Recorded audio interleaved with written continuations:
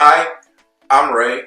Welcome to Wine Tap Tips. I'm here with Sebastiano, and now he gets to endure a few of the famous controversial questions, such as, for one, all right, I was reading a book that you gave me about your ancestor in winemaking, and we all often talk about drinking. The tough thing with a vertical is that you can drink, you're tasting that wine based on how it's aged versus different wines.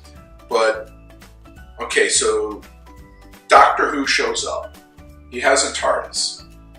And he says, okay, we're going to pick a wine that you can drink with 5 years of age, but all different vintages. We're going to go back in time and we're going to wait and get this wine at 5 years of age. And you can do 20-year vertical of it, but they all have the same aging because you're in a TARDIS. What wine would that be?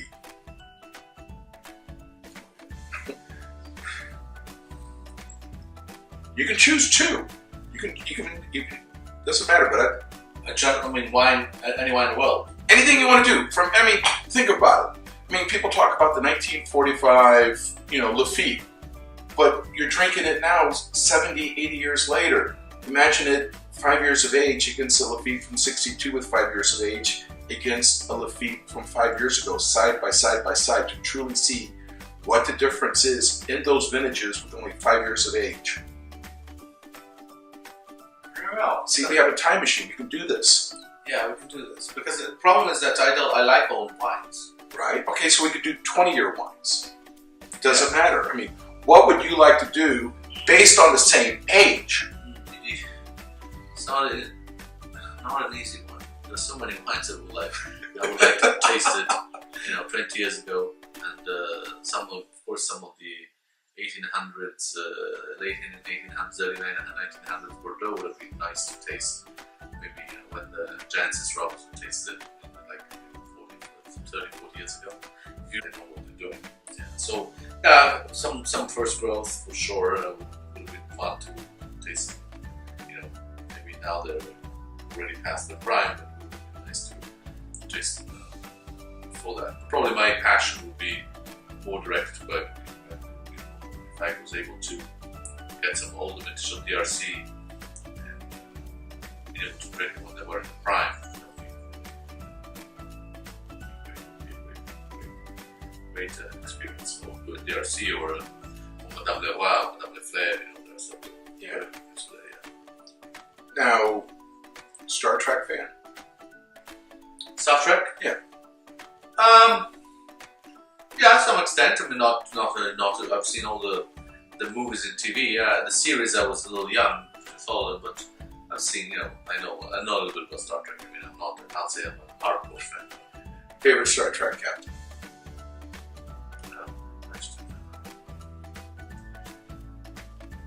I like Picard. Picard? I like Picard, yes. More of a Picard person. I'm more of a Picard person than a Kirk person, yes. Oh, his family did own a winery in France. Yeah, that helps. That helps. That helps, but I'm more of a Picard fan, yes. Now, you told me a story about your grandmother in World War II that by nature she was just a wonderful lawyer.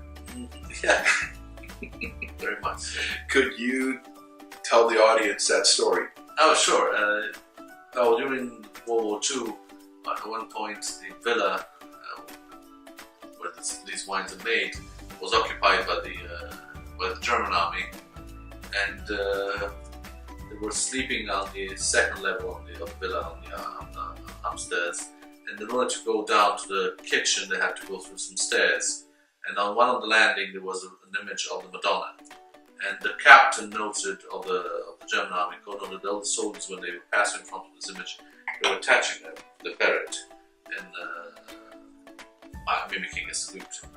And so that was not approved by the Nazi in the Nazi army. And so my captain went to talk to my grandmother.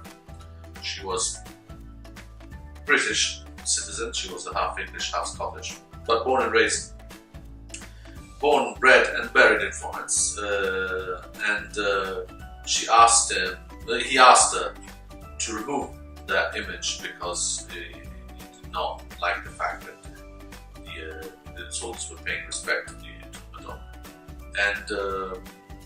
And my grandmother replied something like that she will do that, but it will not go well with the pious local population, which probably wasn't the case because there were anything but pious around there. But she will do it.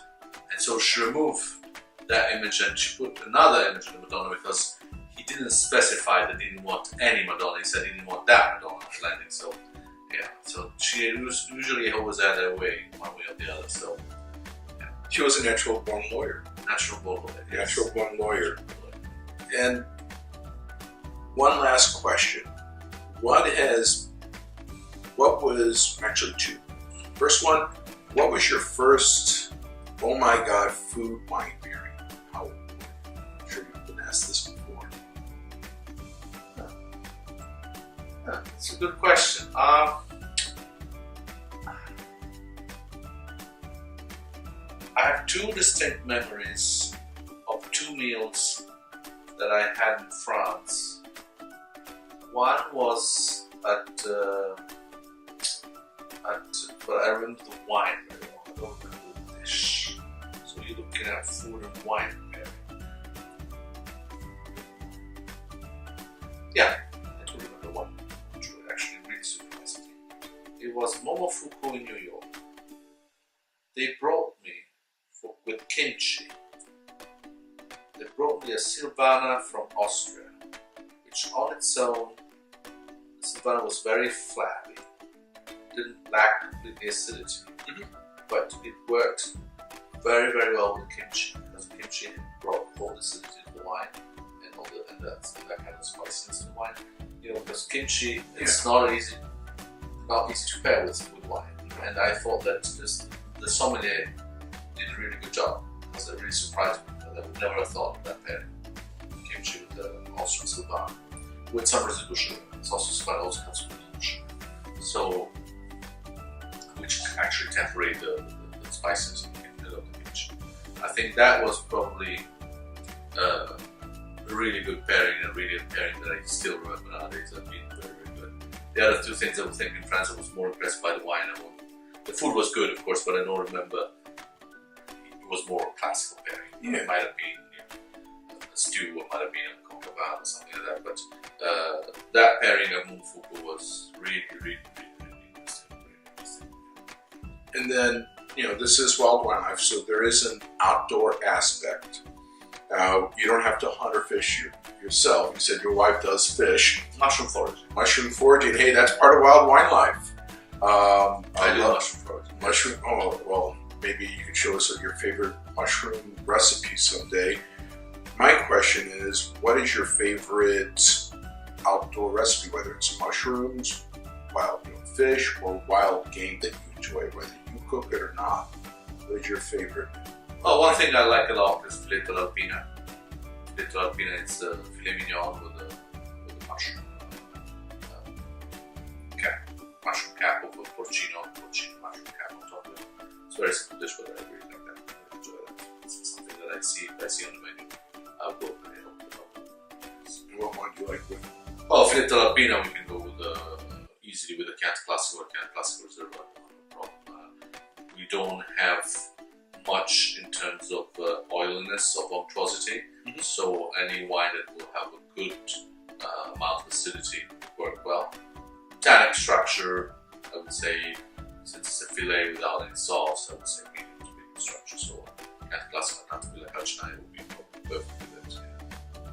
Okay, and then what is your winery's website? Winery's website is www.villacalcinaia.com or www.conticapponi.com or .it, depending on words and both. Well, Sebastiano, thank you for joining us. Absolutely. I hope the next time you're in St. Louis, I can sit down with you again. Sure. Or if we're ever filming in Italy, I hope you can take us mushroom foraging. Oh yeah, we'll do that. Mushroom foraging would be nice. That would be fun. And thank you for living the wild wine life with us. Absolutely. Cheers. Cheers.